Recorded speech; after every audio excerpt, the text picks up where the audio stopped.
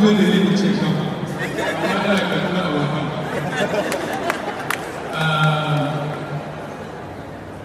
ana ta maganganu cewa ko da na ce ce ba za ta ina da asarar da zan ba ba so shi abin da sirri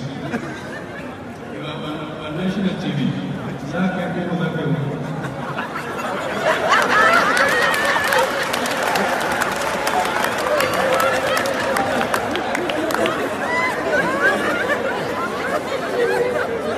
duk abin da shugaba na ce yi zai